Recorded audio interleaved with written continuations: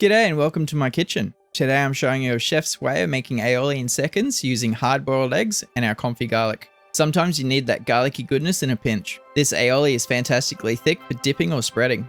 Now the eggs I'm using today are large, which are about 50 to 55 grams each, and I like the eggs jammy. You can see how to do this in an upcoming how-to video. Throw the peeled eggs into a blender along with confit garlic, lemon juice, garlic evo, salt and pepper. You can also adjust it to make a Caesar dressing, seafood sauce, or any other mayo-based sauces. Let me know in the comments if you'd like to see some different flavours. Blend until completely smooth and creamy, scraping down the sides as needed.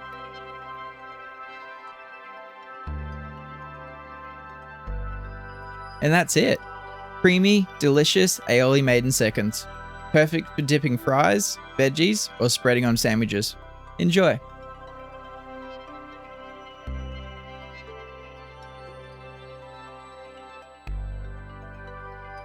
Thank you so much for watching today.